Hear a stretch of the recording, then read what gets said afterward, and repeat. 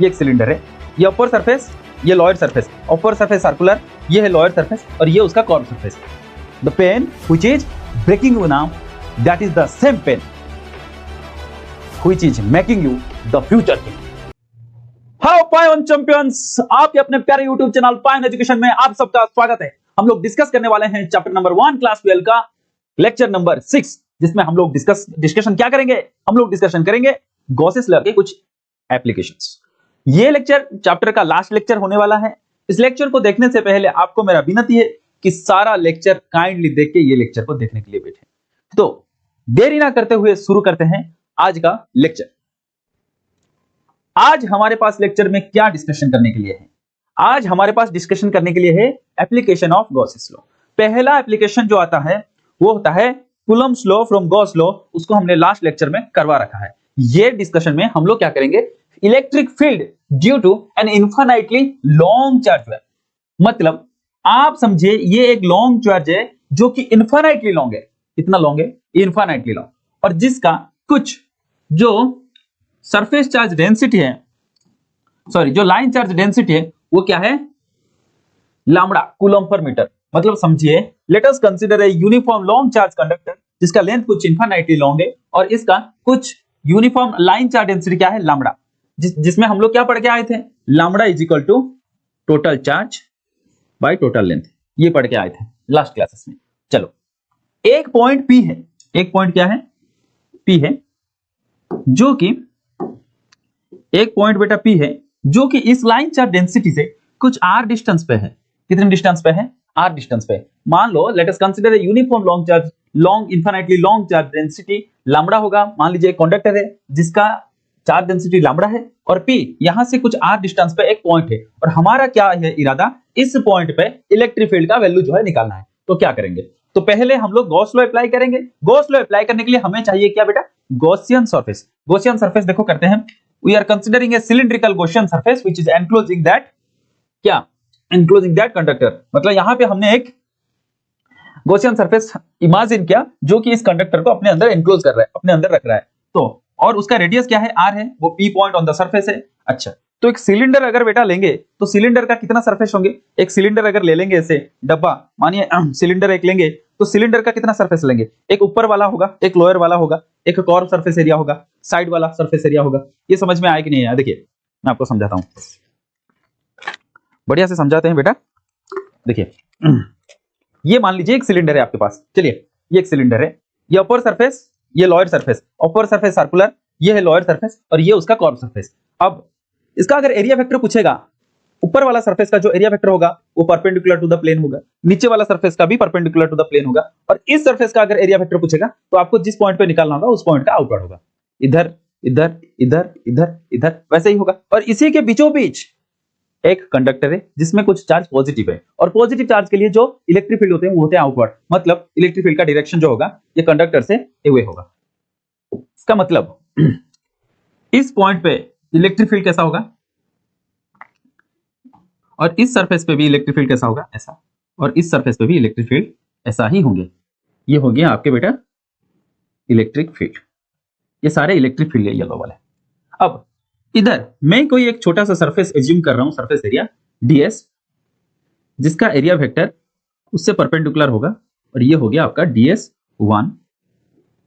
इधर भी एक एज्यूम कर रहा हूं ds, इसको बोलेंगे ds3, जो कि नीचे होगा, परपेंडिकुलर होगा, और इस पॉइंट पे हमने एक छोटा सा सरफेस लिया, और यहां पे जो ds होगा वो कैसे होगा?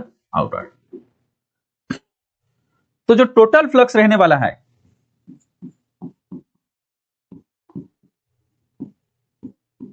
फाई, फाई की क्या क्वांटिटी है? स्केलर है या वेक्टर है? ये एक वेक्टर क्वांटिटी है या स्केलर क्वांटिटी है? बेटा ये एक स्केलर क्वांटिटी है, हमने लास्ट लेक्चर में करके आया है।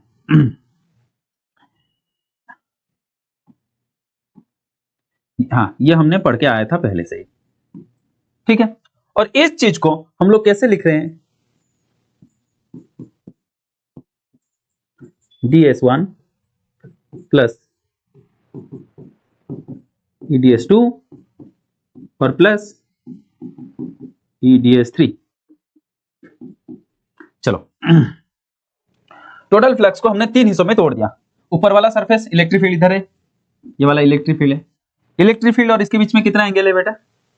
ये कितना एंगल है? ये कितना एंगल है बेटा? 90 डिग्री। ये जो है कितना एंगल है? ये 90 डिग्री। इधर भी कितना एंगल है बेटा? ये भी 90 डिग्री। मतलब इधर भी थीटा जो है 90 डिग्री है, इधर जो थीटा है वो भी 90 डिग्री है, बस इधर ही थीटा जो है वो आपका 0 डिग्री है। इतना तो समझ में आ गया, इतना तो समझ में आ ही गया होगा। चलो अब पूरा फ्लक्स को हमने 3 हिस्सों में तोड़ दिया, ds1 eds2 प्लस eds3। अब इसको खोल के लिखते हैं, क्या हो जाएगा बेटा? देखिए E और ds1 इनके बीच में एंगल कितना है? a डॉट b को लिख सकते हैं ab cos theta, a dot b को लिखेंगे ab cos थीटा। चलो इसको हम लोग ऐसे लिखते हैं, सॉरी यार,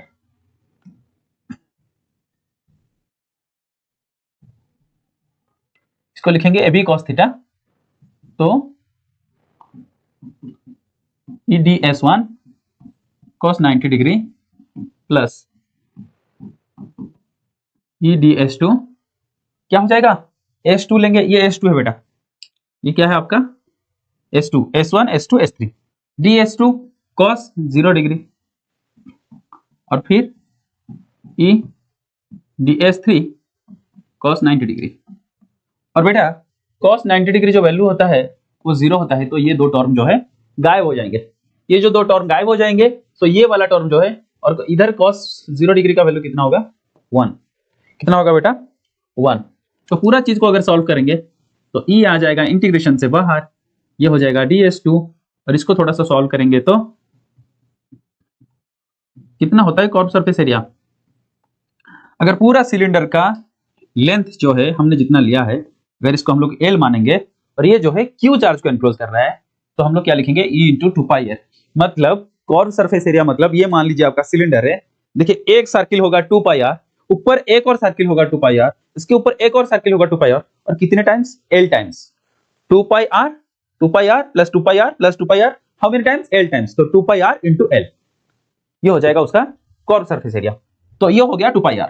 लेकिन हम लोग क्या जानते हैं फ्रॉम गॉस लॉ? हम लोग गॉस लॉ से क्या जानते हैं? सर हमको तो याद नहीं सर। अरे याद नहीं बोलने से थोड़ी होगा बेटा, याद नहीं बोलने से थोड़ी होगा। Charge enclosed by epsilon not, ये तो पहले से जान क्या है। और अभी फ्लक्स कितना निकला है? आपका फ्लक्स अभी ये निकला है, तो दोनों बराबर हो जाएंगे। तो E into 2πr L will be equal to आपका Q बाय एप्सिलॉन नॉट। तो electric field will be equal to 1 by 2π epsilon naught into Q by, देखिए 2π एप्सिलॉन नॉट और एक L मिसिंग है, RL। इतना हो जाएगा? इतना होगा कि नहीं होगा? चेक करो। लेकिन आपने यहां पे एक चीज पढ़ के आया था, तो क्या आप Q बाई L को लैम्बडा नहीं लिख सकते? यहां पे Q बाई L को लैम्बडा नहीं लिख सकते, तो इसका जो फॉर्मूला होगा ये हो जाएगा E is equal to 1 by 2π epsilon naught lambda by R। और ये जो चीज है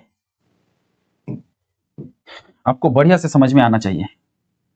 देखिए electric field due to infinitely long conductor, क्या ये चीज डिस्टेंस पे डिपेंड कर रहा है? जी हाँ सर, ये डिस्टेंस पे डिपेंड कर रहा है। कैसे डिपेंड कर रहा है? ये E ऊपर है, R नीचे है, तो इनवर्सली डिपेंड कर रहा है। इनवर्सली डिपेंड कर रहा है तो ग्राफ कैसा होगा? सर आपने तो पढ़ा नहीं सर। अरे हमने पढ़ाया था बुद्धू, तूने भूल गया है।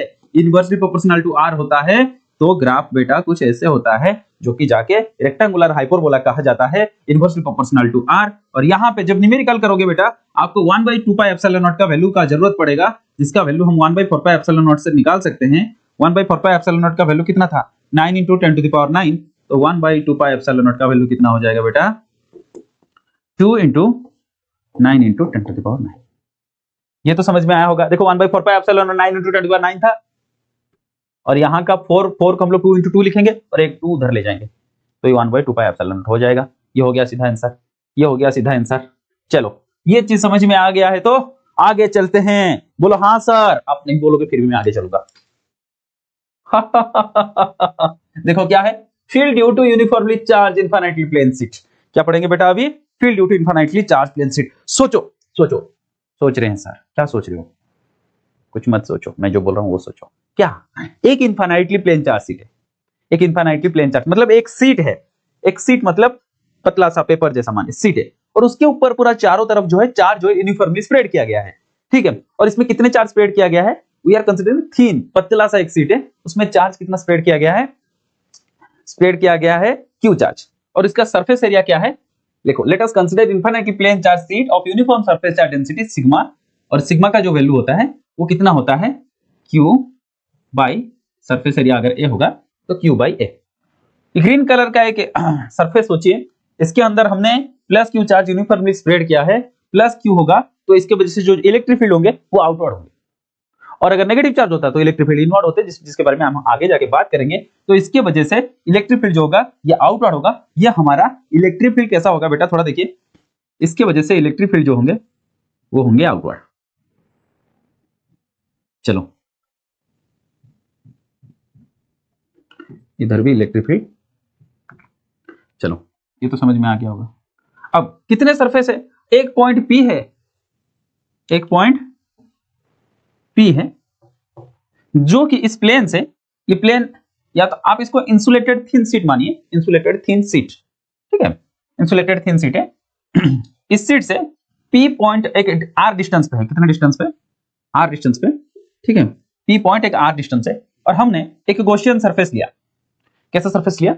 एनसीईआरटी में इसको क्यूबोइडल शेप में दिया हुआ है, हमने सिलिंड्रिकल लिया है ताकि समझने में अच्छा आए, समझ में अच्छे से आए आपको।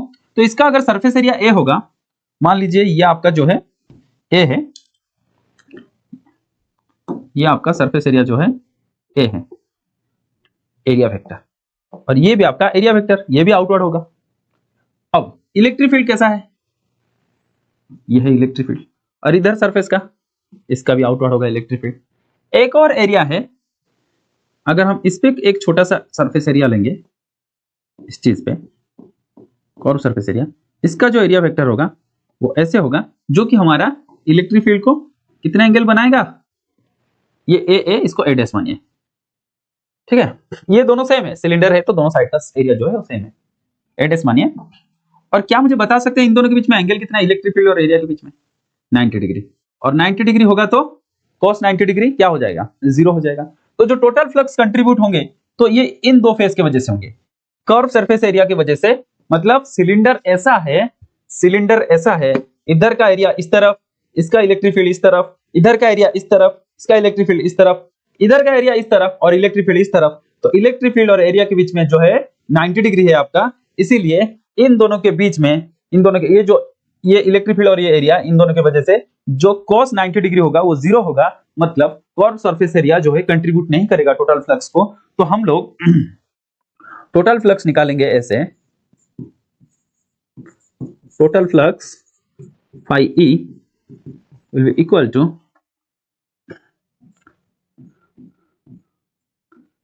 राइट फेस का, चलो इसको थोड़ा और अच्छे से लिखते हैं, flux due to right face plus flux due to left face, flux due to right face,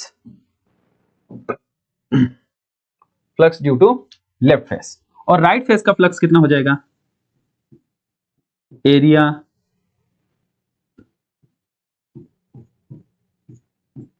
इन दोनों का डॉट प्रोडक्ट, ये जो है ये क्या है? ई है, और ये क्या है? ये भी ई है। इन दोनों के बीच में एंगल कितना है? 0 डिग्री। इन दोनों के बीच में एंगल कितना है? 0 डिग्री। तो लेफ्ट फेस का भी क्या हो जाएगा? अब इसको पूरा करते हैं बेटा। लेफ्ट वाले के लिए ई है cos 0 डिग्री होगा, मतलब cos 0 डिग्री 1 होता है, तो ई है। लेफ्ट वाले के लिए भी ई है, तो मतलब ई है प्लस ई है which will be equal to 2 into E. चलो नाउ हम Gauss law,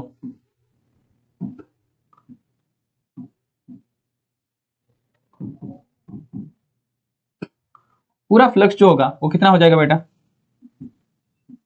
charge enclosed by epsilon not. चलो, और फ्लक्स के बदले में हम लोग लिख सकते हैं 2E है, इलेक्ट्रिक फील्ड इनटू एरिया। और चार्ज एनक्लोज को हम लोग देखो, charge is equal to sigma into A हो जाएगा। सीधा सा बात है भाई, क्या है, sigma is equal to charge by area, तो Q will be equal to sigma into A, sigma into A, तो 2 हो जाएगा चार्ज के बदले में, तो हम लोग लिखेंगे sigma into A by epsilon naught, और इलेक्ट्रिक फील्ड का जो वैल्यू होगा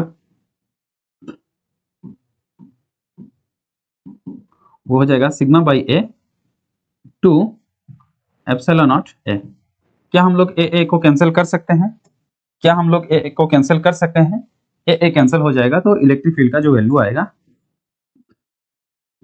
वो आ जाएगा सिग्मा बाय 2 एप्सिलॉन नॉट।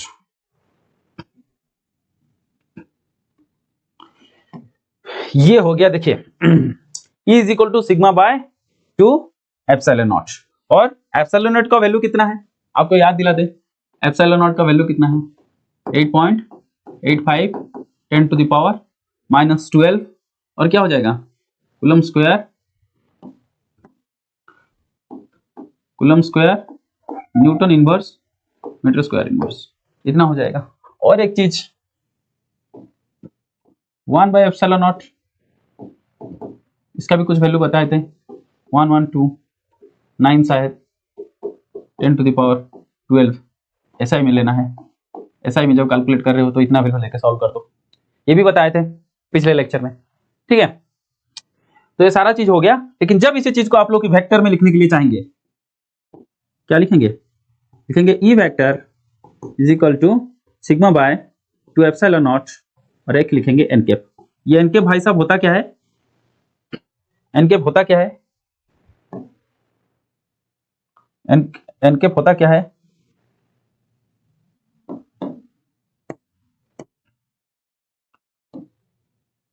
चलो एन कैप क्या होता है, एन कैप होता है is the unit vector of the line, नहीं तो ऐसे लिख सकते हो, unit vector perpendicular to D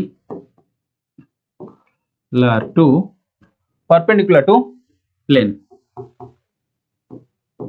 sheet, मतलब प्लेन शीट को जो परपेंडिकुलर हो रहा है जो लाइन, उसका यूनिट वेक्टर है ये एन कैप, ठीक है।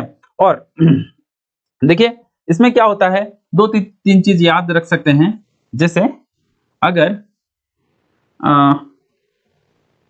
If sigma is greater than 0, charge क्या होंगे, सिग्मा अगर ग्रेटर देन 0 होगा तो चार्ज जो है पॉजिटिव होंगे, तो E is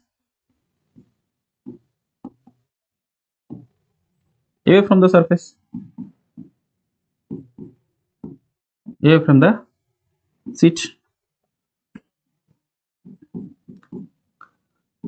if sigma is less than 0, मतलब ये जो होगा नेगेटिव सीट होगा, और नेगेटिव सीट के लिए electric field towards the seat होगा, तो E इज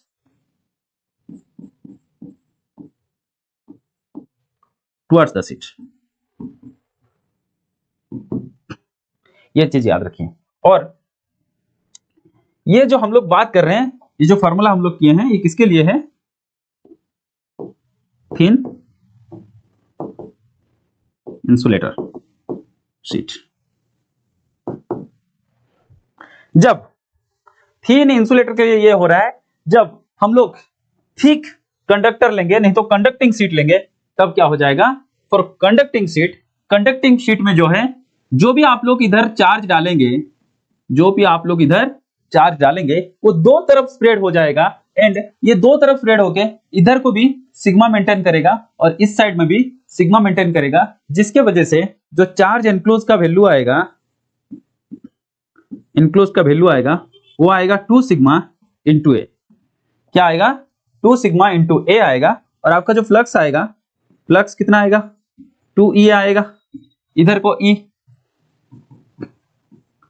और ये A है, इधर को भी E आएगा और E आपका A है, तो 2E आ जाएगा, जो कि हो जाएगा 2 सिग्मा इंटू ए, और ए कैंसिल करेंगे, 2 कैंसिल करेंगे, तो electric field due to conductor जो आएगा या कंडक्टिंग शीट,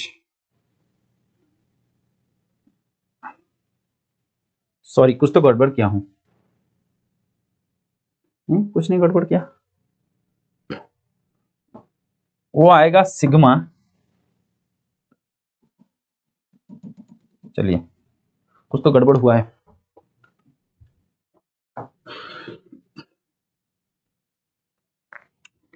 ये फ्लक्स कितना आएगा, फ्लक्स आएगा Q enclosed by epsilon not,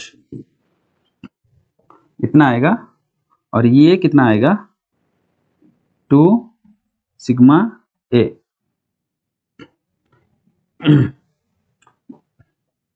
2 into sigma into A by epsilon not, ये आ जाएगा आपका फ्लक्स। जबकि आपका दूसरा फ्लक्स आएगा E A plus E A is equal to 2 E ए।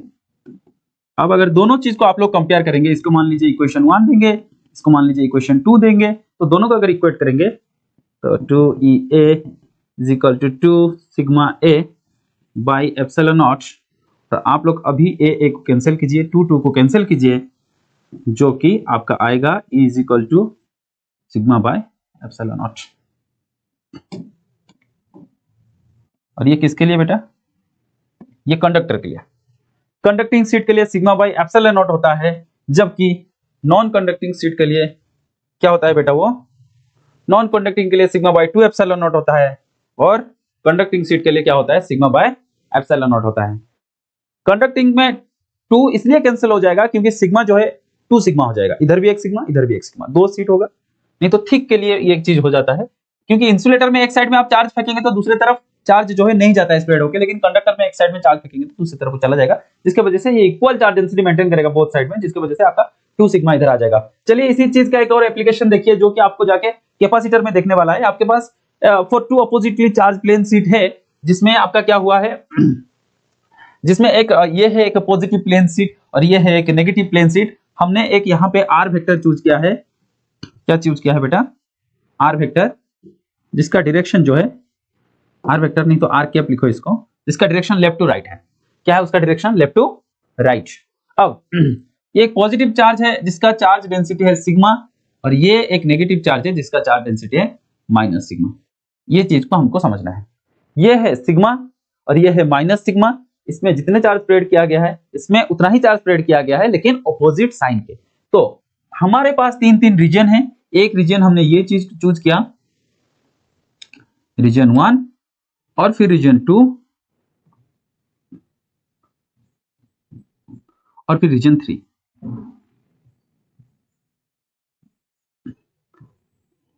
हमने 3 रीजन चूज किया। हमको चेक करना है 3 रीजन पे इलेक्ट्रिक फील्ड का जो वैल्यू होगा वो कितना होगा। ठीक है, लेकिन एक चीज हमने यहां पे कहना भूल गया। क्या वो चीज था कि यहां पे जो इलेक्ट्रिक फील्ड आप देख रहे हैं, देखिए this electric field E is independent of R। R के ऊपर ये डिपेंड ही नहीं कर रहा है, देखिए इधर, ठीक है। और एक और चीज यहाँ पे, क्या 3 रीजन हमने चूज किया और हमको चेक करना है 3 रीजन में इलेक्ट्रिक फील्ड क्या होंगे। चलिए, ये पॉजिटिव प्लेट है, इसके वजह से इलेक्ट्रिक फील्ड का डायरेक्शन क्या होगा। देखिए पॉजिटिव के लिए जो इलेक्ट्रिक फील्ड का डायरेक्शन होता है वो होता है आउटवर्ड बेटा, वो क्या होता है, आउटवर्ड होता है। इस चीज की वजह से इसी रीजन पे इलेक्ट्रिक फील्ड का डायरेक्शन कैसा होगा, ये पॉजिटिव प्लेट है तो इसके वजह से इलेक्ट्रिक फील्ड जो होंगे वो आउटवर्ड होंगे इस रीजन पे, ठीक है।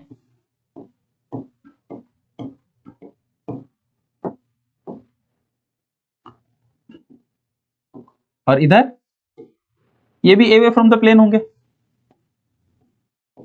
इस सीट के लिए हम लोग ड्रॉ कर रहे हैं।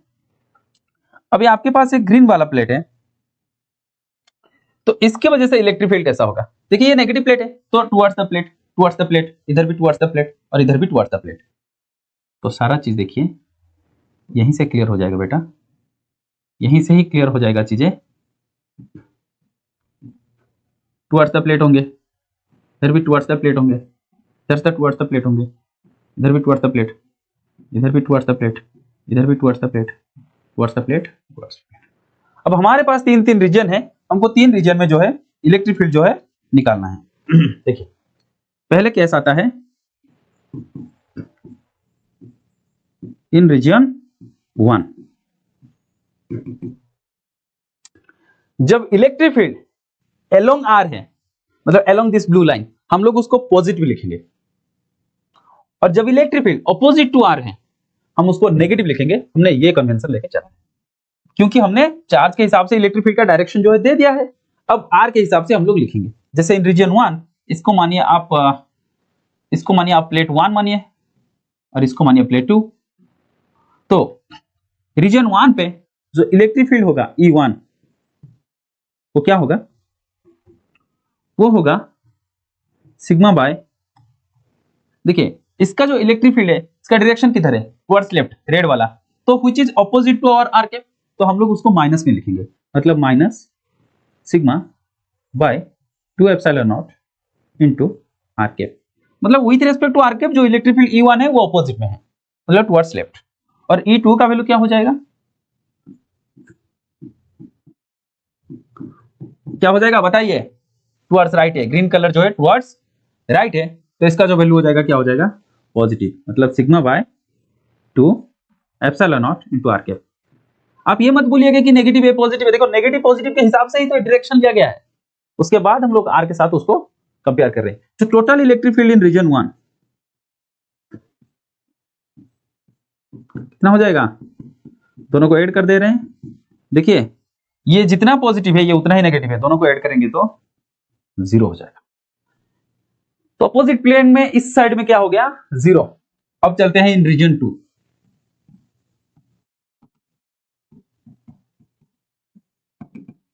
इन रीजन 2 में देखिए रेड कलर का जो डायरेक्शन है टुवर्ड्स राइट, मतलब उसको पॉजिटिव लिया जाएगा, ग्रीन कलर का डायरेक्शन वो भी टुवर्ड्स राइट, उसको भी पॉजिटिव लिया जाएगा। इसका मतलब जो E1 होगा हो जाएगा sigma by 2 epsilon naught r cap, और जो E2 होगा वो भी हो जाएगा क्या, sigma by 2 epsilon naught r cap. क्यों पॉजिटिव ले गया, क्योंकि both are along r cap जिस तरफ है उसी तरफ है दोनों, तो दोनों को क्या करेंगे हम लोग बेटा, सेकंड रीजन में जो टोटल इलेक्ट्रिक फील्ड निकालेंगे तो दोनों को जो है ऐड कर देंगे।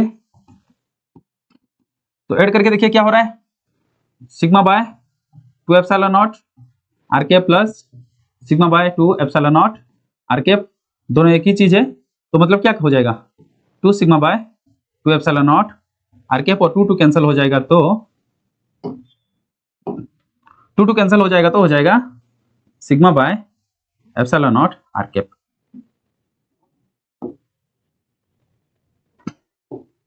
जो आंसर आ रहा है उसको थोड़ा देख लीजिए। और इन रीजन 3 में क्या होंगे, रेड का जो डायरेक्शन है ड्यू टू पॉजिटिव चार्ज वो टुवर्ड्स राइट है, मतलब रेड वाले को E1 को पॉजिटिव लिया जाएगा, ग्रीन वाले टुवर्ड्स लेफ्ट है तो उसको क्या करेंगे बेटा, उसको नेगेटिव लिया जाएगा। तो E1 का वैल्यू लिखते हैं, क्या हो जाएगा sigma by 2 epsilon naught r cap, positive लिया गया क्यों, क्योंकि टुवर्ड्स राइट है। E2 हो जाएगा sigma by 2 epsilon naught r cap, लेकिन माइनस में लिखा जाएगा क्योंकि टुवर्ड्स लेफ्ट है। और टोटल इलेक्ट्रिक फील्ड अगर निकालेंगे हम लोग रीजन 3 का तो दोनों ऐड होके हो जाएंगे 0, जो क्या हो जाएंगे बेटा 0। तो हम ये कंक्लूजन पे आके पहुंच गए कि जब अपोजिटली चार्ज प्लेट लिया जाएगा, आउटसाइड द प्लेट जो इलेक्ट्रिक फील्ड होगा वो 0 हो जाएगा, और इन बिटवीन द प्लेट होगा उसमें इलेक्ट्रिक फील्ड कितना हो जाएंगे, सिग्मा बाय एप्सिलॉन नॉट। और ये चीज को आपको याद रखना है, क्यों, क्योंकि ये चीज आपके कैपेसिटर में ये एप्लीकेशन, ये जो यूज है इसका होने वाला है। ठीक है, चलिए आगे चलते हैं। ये चीज समझ में आ गया, हाँ सर समझ में आ गया, बढ़िया सर, चलो। और ये है एक बहुत इंपॉर्टेंट चीज, ये एग्जाम में बहुत बार पूछता है, ये वेरी इंपॉर्टेंट। क्या है ये चीज, field due to uniformly charge thin spherical sheet. मतलब मानिए आपका पास एक स्फेरिकल सेल है, मतलब एक स्फीयर जो अंदर से खाली हो, बस बाउंड्री सरफेस है, जैसे आपका टेनिस बॉल लेते हो अंदर खाली होता है, ठीक है। उसमें क्या किया गया है, मानिए इसका सेंटर है O, इसके सरफेस पे कुछ Q चार्ज यूनिफॉर्मली स्प्रेड किया गया है, Q चार्ज यूनिफॉर्मली स्प्रेड किया गया है, और इसका रेडियस जो है कैपिटल R। अब करना क्या है, एक पॉइंट है P जो कि सेंटर से कुछ R डिस्टेंस दूरी पे है। कितने दूरी पे है, r डिस्टेंस दूरी पे, और हम इस स्फीयर की वजह से इस पॉइंट पे इलेक्ट्रिक फील्ड कितना होगा उसको निकालने वाले हैं। तो एक काम कीजिए, स्मॉल r को रेडियस मान के एक गॉसियन सरफेस ड्रॉ कीजिए। ये डॉटेड वाला लाइन जो है ये एक गॉसियन सरफेस है।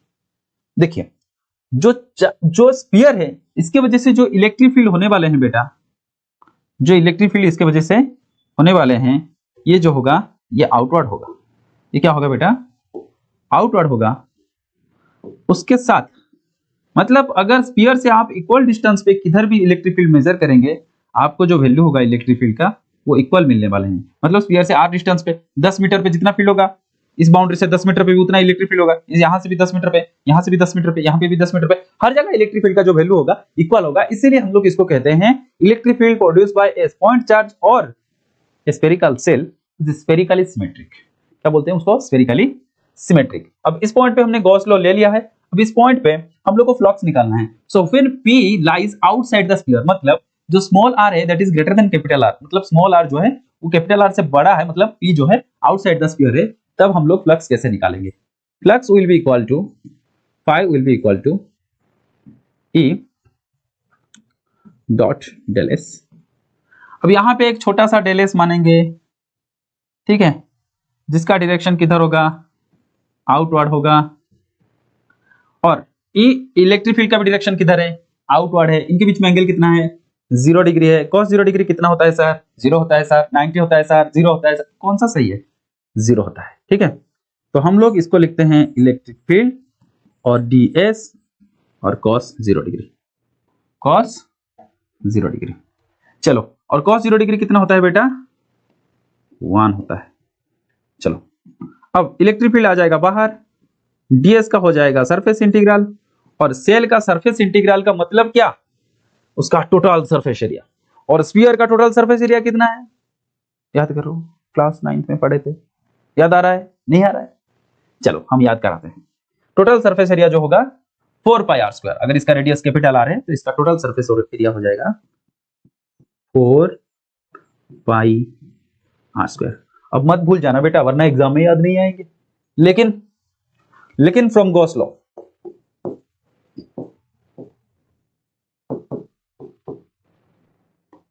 हमको क्या पता है? जो टोटल फ्लक्स होगा हो जाएगा Q enclose by epsilon not. इसका मतलब अगर हम लोग इसको इक्वेशन 1 मानेंगे और अगर इसको हम लोग इक्वेशन 2 मानेंगे, ये दोनों बराबर होंगे। और ये दोनों अगर बराबर हो गए तो आपका इलेक्ट्रिक फील्ड क्या हो जाएगा बेटा?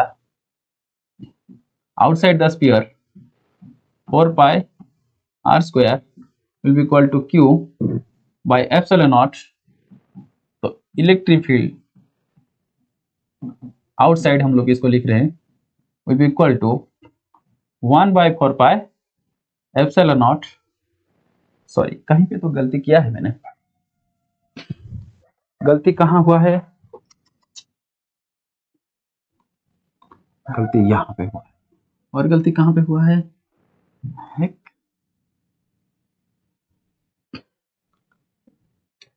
देखिए, ये ds किसका सरफेस एरिया लेना था? गॉसियन सरफेस का। और गॉसियन सरफेस का क्या हो जाएगा? r square. और ये क्या हो जाएगा? 2 4 पाई स्मॉल r का स्क्वायर इज इक्वल टू हो जाएगा Q by epsilon naught, Q by epsilon naught. और E outside will be equal to, ये 4 पाई आ जाएगा नीचे, और इसको थोड़ा रीअरेंज कर देंगे तो आपका कुछ ऐसा निकल के आएंगे आपके फार्मूला। और ये फार्मूला कब है? जब आपका r जो है ग्रेटर देन कैपिटल, मतलब आउटसाइड, इलेक्ट्रिक फील्ड आउटसाइड। फिर P lie on the surface, मतलब जो P पॉइंट है वो सरफेस पे ही है। इलेक्ट्रिक फील्ड कैसा होगा सर? इलेक्ट्रिक फील्ड आउटवर्ड होगा सर। क्यों ऐसा होगा? क्योंकि हमने पॉजिटिव चार्ज क्यों स्प्रेड किया है, और पॉजिटिव चार्ज के लिए इलेक्ट्रिक फील्ड क्या होता है बेटा? आउटवर्ड होता है। अब ds किधर होगा सर? ds भी आउटवर्ड होगा। क्यों होगा? क्योंकि वो स्फीयर का सरफेस को परपेंडिकुलर होना है। इलेक्ट्रिक फील्ड और ds के बीच में कितना एंगल है सर? दोनों सेम डायरेक्शन में है, तो एंगल जो होगा 0 होगा। तो 0 अगर हो गया तो flux will be equal to E dot del S। Angle कितना है बेटा? 0 डिग्री। हम और उसको लिख नहीं रहे हैं, cos 0 डिग्री 1 हो जाएगा, ऐसे लिख रहे हैं cos 0 degree is equal to 1 हो गया आपका। ई को ले आइए बाहर, ds का हो जाएगा सरफेस इंटीग्रल। अब गॉसियन सरफेस कौन है? वही खुद सरफेस जो है वही है गॉसियन सरफेस, वही आपका गॉसियन सरफेस। इधर जो r है that is equal to capital R होगा। तो ds का जो सरफेस एरिया होगा वो हो जाएगा 4 पाई r स्क्वायर, नहीं तो इसको कैपिटल R स्क्वायर भी हम लोग लिख सकते हैं। और ये जो चीज है सारा चीज अकॉर्डिंग टू गॉस लॉ क्या हो जाएंगे? q by epsilon naught. तो अगर ये निकालना चाहेंगे तो क्या हो जाएगा बेटा? हम लोग लिख रहे हैं ऑन द सरफेस क्या हो जाएगा बेटा? 1/4 पाई एप्सिलॉन नॉट। और क्या हो जाएगा देखिए, into q by capital R का स्क्वायर, कैपिटल R का। देखिए ये आ गया।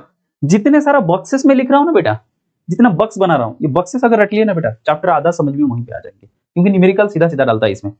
ठीक है, अगर ऑन द सरफेस रहेगा तो R की जगह पे कैपिटल R डाल दो, आउटसाइड का सरफेस रहेगा तो सेंटर से जितने डिस्टेंस पे रहेगा 1/4 q by r square. Point charge का जो फॉर्मूला है वैसे ही है एक फॉर्मूला। ठीक है, एक और स्पेशल केस है, अगर P जो है अंदर रहेगा, स्फीयर का अंदर रहेगा। चलो, चार्ज जो है कहां पे स्प्रेड हुए हैं? On the surface. कहां पे स्प्रेड हुए हैं? On the surface. Electric field किधर जा रहा है? आउटवर्ड जा रहा है। किधर जा रहा है बेटा? आउटवर्ड जा रहा है।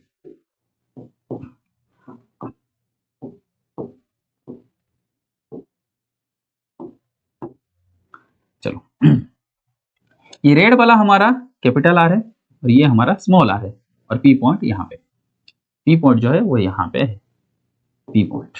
और P पॉइंट को लेके हमने ड्रॉ किया एक गॉसियन सरफेस। क्या ड्रॉ किया? एक गॉसियन सरफेस। तो अगर गॉसियन सरफेस ड्रॉ किया तो उसका फ्लक्स निकाल सकते हैं, जैसे हमने पढ़ के आया, flux E will be equal to E dot ds which will be equal to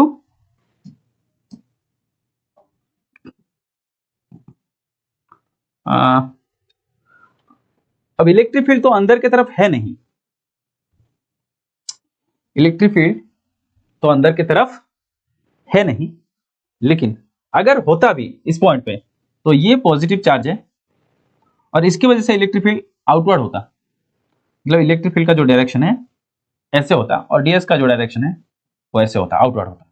तो अगर वैसे ही कंसीडर करके चले तो ये हो जाएगा माइनस, क्योंकि ये जो है cos 180 डिग्री,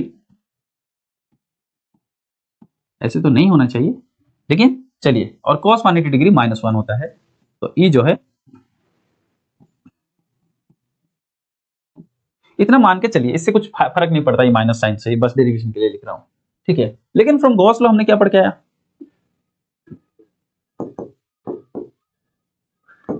हमने गॉस लॉ क्या पढ़ के आया? गॉस लॉ ये पढ़ के आया, flux is equal to q enclosed by epsilon naught. अब चार्ज कहां पे है? ऑन द सरफेस पे है, और हमने गॉसियन सरफेस पिंक वाला लिया है इनसाइड। तो क्या हमारा गॉसियन सरफेस कोई चार्ज को एनक्लोज कर रहा है? नहीं कर रहा है। तो जो चार्ज एनक्लोज वाला पार्ट होगा ये हो जाएगा 0, और ये अगर 0 हो गया बेटा तो हो जाएगा 0 by epsilon naught which is equal to 0। अब इसको लीजिए इक्वेशन 1, इसको लीजिए इक्वेशन 2, और from equation 1 and 2, from equation 1 and 2 हम लोग ऐसे लिख सकते हैं, E is equal to 0 divided by 4 pi r square inside is equal to हो जाएगा बेटा 0। और इस चीज को आपको याद रख लेना है, और इसी को कहते हैं शिल्डिंग इफेक्ट ऑफ इलेक्ट्रोस्टैटिक।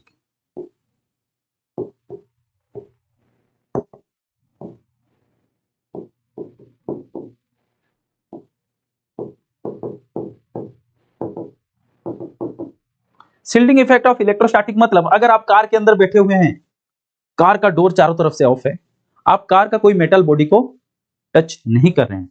अगर आपको थंडर मारेगा कार के ऊपर, अगर आपका कार चार्ज के वजह से, थंडर का चार्ज की वजह से चार्ज हो जाएगा, तो आपको कोई भी शक नहीं लगने वाली है, आपको कोई भी करंट फील नहीं होने वाली है। क्यों? क्योंकि अंदर जो होता है इलेक्ट्रिक फील्ड जीरो होता है। कैविटी के अंदर जो इलेक्ट्रिक फील्ड होता है बेटा जीरो होता है। ये एक इंपॉर्टेंट है। अगर हम लोग ग्राफ को ड्रॉ करेंगे तो हमने देखा तीन चीज, हमने देखा क्या क्या देखा। एक चीज देखा ये आउटसाइड, क्या देखा के क्यू बाय स्मॉल आर का स्क्वायर, और एक देखा के क्यू बाय कैपिटल आर का स्क्वायर, और एक देखा जीरो। कहां कहां पे? जब आर ग्रेटर देन आर है, जब आर इक्वल टू आर है, जब आर लेस देन आर। और इसी तीन चीज को देख करके हमने ये नोटिस किया कि जब ई ऑन द सरफेस निकालेंगे, आर का जो सबसे मिनिमम वैल्यू होगा वो ई का सबसे मैक्सिमम वैल्यू होगा। तो आर का जो सबसे मिनिमम वैल्यू है जहां पे इलेक्ट्रिक फील्ड एग्जिस्ट करता है वो है कैपिटल आर। मतलब ये अगर आपका सेल है, ये जीरो है आपका, ये आपका आर है, यहां तक जो इलेक्ट्रिक फील्ड है वो ऐसे रहेंगे कांस्टेंट, सॉरी यहां तक इलेक्ट्रिक फील्ड जो रहेंगे वो रहेंगे कैसे? वो आपके पास रहेंगे जीरो। कितना रहेंगे? जीरो। मतलब सेंटर से सर्कमफेरेंस तक आपको इलेक्ट्रिक फील्ड जीरो मिलेंगे, और उसके बाद इलेक्ट्रिक फील्ड का जो मैक्सिमम वैल्यू होगा वो ये पॉइंट पे होगा। इलेक्ट्रिक फील्ड का मैक्सिमम वैल्यू कितना है? K q by capital R square. उसके बाद जो इलेक्ट्रिक फील्ड है वो इनवर्सली प्रोपोर्शनल होके चला जाएगा। ठीक है, और ये है variation of electric field due to spherical shell. ठीक है, ये चीज समझ में आया कि नहीं आया? बताइए बताइए, जल्दी जल्दी बताइए। चलिए देखो, ये सारा चीज देखने पे तो कॉम्प्लिकेटेड लगते हैं, लेकिन आपको करना है ये सारा चीज प्रैक्टिस बहुत बढ़िया से। बार बार प्रैक्टिस नहीं करेंगे तो कोई भी चीज आपको समझ में नहीं आएगा। बार बार ये सब चीज प्रैक्टिस नहीं करेंगे तो ये सब चीज नहीं आएगा। मुझे पता है कि जब ये सारा चीज आप लोग रिवाइज कर रहे हो, आपको ये सारा चीज आप क्लास में सारे लोगों को डाउट नहीं पूछ पाते, आपको बुरा लगता है, आपका मजाक बन जाता है क्लास में, तो आपको डरना नहीं है। ये सारा चीज हम बढ़िया से इधर पढ़ा रहे हैं, यहाँ से प्रैक्टिस कर सकते हो। क्योंकि बेटा जब जब तुमको लगता है ना तुम्हारा जो लड़ाई है, तुम्हारा जो संघर्ष है ये अकेला है, कि तुम अकेले पढ़ रहे हो, अंदर से तुमको अकेला फील आ रहा है, जब तुमको लगे कि तुम अंदर से अकेले पढ़ रहे हो, ठीक है, और खुदा तुमको अंदर से तोड़ रहा है, तो बेटा समझ लेना तुमको अगला राजा बनाने के लिए खुदा तुमको पाई पाई करके जोड़ रहा है। मतलब सीधा है, जब खुदा तुमको राजा बनाना चाहेगा, वो तुमको पहले सीधा मुकुट नहीं पहनाएगा, तुमसे पहले वो मेहनत करवाएगा, तुम उस मेहनत को करोगे, उसके बाद तुम राजा बनोगे। सीधा समझ जाओ कि the pen which is breaking you now, that is making you now for the future की। ये चीज अगर दिमाग में ठान लिया तो सारा चीज आसान है, तुम जीत जाओगे बेटा, ये संघर्ष में तुम जीत जाओगे, ये तैयारी पूरा हमारा हो जाएगा। ठीक है, इतना अगर देख लिया है, एक दो सवाल इसका भी करा लेते हैं और चैप्टर को करते हैं द एंड। तब तो चलिए पहला सवाल ये है, the infinite line charge produce a field 9 × 10⁴ newton per coulomb at a distance of 4 centimetre, calculate the linear charge density. देखिए इनफाइनाइटली लाइन, अच्छा इनफाइनाइटली लाइन चार्ज डेंसिटी है, तो इसके वजह से क्या पड़ के आए? सॉल्यूशन सीधा करते हैं, डायग्राम करना चाहेंगे तो सीधा कर सकते हैं। ये कोई एक इनफाइनाइटली लाइन चार्ज है, यहां से एक कुछ पॉइंट P है जो कि R = 4 सेंटीमीटर है। ठीक है, और आपका इलेक्ट्रिक फील्ड क्या पड़ के आए? λ/2πε0r। लैम्बडा का वैल्यू कुछ दिया हुआ है, डिस्टेंस कितना दिया हुआ है? 4 centimetre. 4 centimetre is equal to कितना मीटर हो जाएगा? 4 सेंटीमीटर इज इक्वल टू कितना मीटर हो जाएगा? 4 × 10⁻² मीटर। चलो तो calculate the linear charge density. तो लैम्बडा पूछ रहा है, लैम्बडा इज इक्वल टू हो जाएगा E × चलो इसको थोड़ा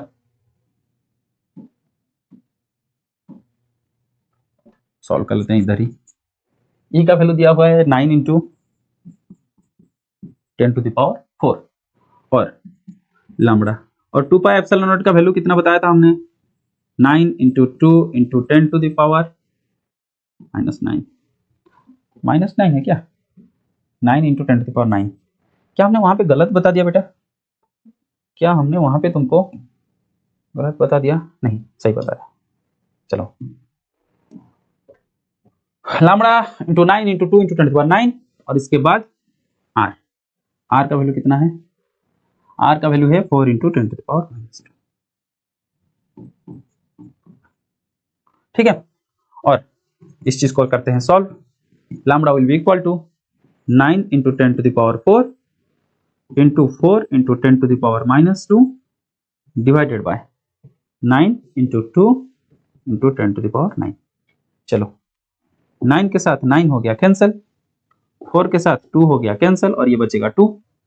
जो वैल्यू आएगा आंसर वो क्या आएगा बेटा, आएगा 2 इंटू 10 टू द पावर 4 -2 और ये 9 ऊपर जाएगा तो -9, तो हो जाएगा 2 10 टू द पावर -7। और क्या पूछा है, line charge density, line charge density का क्या ऐसा यूनिट होगा, कूलम पर मीटर। ये हो गया आपका answer. N arbitrary surface enclose a dipole, arbitrary surface कुछ है ऐसा जो कि एक डाइपोल को एनक्लोज कर रहा है। डाइपोल में क्या चार्ज होता है, माइनस क्यू होता है, प्लस क्यू होता है, एग्जाम्पलर का क्वेश्चन है। What is the electric flux through this surface, electric flux क्या होगा। अब इलेक्ट्रिक फ्लक्स क्या पढ़ के आए थे, charge enclosed by epsilon not. Dipole में कितना चार्ज होता है बेटा, एक होता है प्लस क्यू, दूसरा होता है minus Q by epsilon naught. तो कोई भी अगर आर्बिटरी सरफेस एक डाइपोल को एनक्लोज करता है तो उसका फ्लक्स जो होता है वो कितना होता है, 0 होता है। और इसके साथ हम लोग करते हैं चैप्टर को द एंड, और बढ़िया बढ़िया सवाल आपके एनसीईआरटी के एक्सरसाइज में मिल जाएंगे, आप उसको थोड़ा सॉल्व कीजिए। अगर डाउट आएगा तो कमेंट कीजिए, हम लोग एनसीईआरटी का सोल्यूशन भी लेके आएंगे, हर एक क्वेश्चन का सोल्यूशन निकाल के देंगे। लेकिन बेटा आपको जो है कमेंट करना पड़ेगा, उसके लिए मेहनत करना पड़ेगा, चैनल को थोड़ा सपोर्ट करना पड़ेगा, ठीक है। और इसके बाद थैंक यू एवरीवन पूरा चैप्टर को देखने के लिए, और हमारे साथ जुड़े रहिए। हम अगले चैप्टर का लेक्चर बहुत जल्द लेके आएंगे, तब तक के लिए पढ़ते रहिए और आगे बढ़ते रहिए। जय हिंद।